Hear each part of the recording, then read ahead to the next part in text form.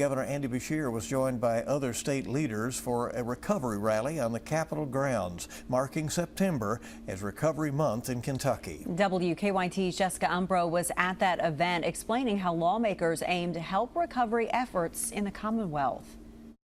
And let me say I'm proud of our General Assembly and the move that we've seen over these past 8 years from judging to loving. Governor Andy Beshear ceremonially signed 3 bills aimed at assisting ongoing recovery efforts. House Bills 462, 505, and Senate Bill 71.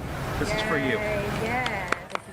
All aim to make recovery attainable and accessible to all Kentuckians. It's legislation that's been made possible through bipartisan efforts. I want to encourage you to keep reflecting on those struggles each and every day, to strive to do better for yourselves, to invest in yourself, the same as the Commonwealth has invested in you.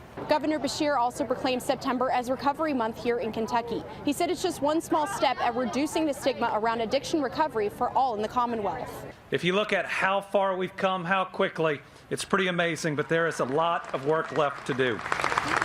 Fayette and Pulaski counties joined a growing list of recovery-ready communities, meaning they're equipped to address addiction prevention, treatment, and provide recovery support. We have been working together and will continue to work together to be able to provide great support to the people of our communities. But Governor Beshear says progress is not a sign to stop. It's a sign to push forward. I am convinced that we can defeat this epidemic. It arose in our lifetime, and I do not want to leave it to my kids. In Frankfort, Jessica Umbro, WKYT.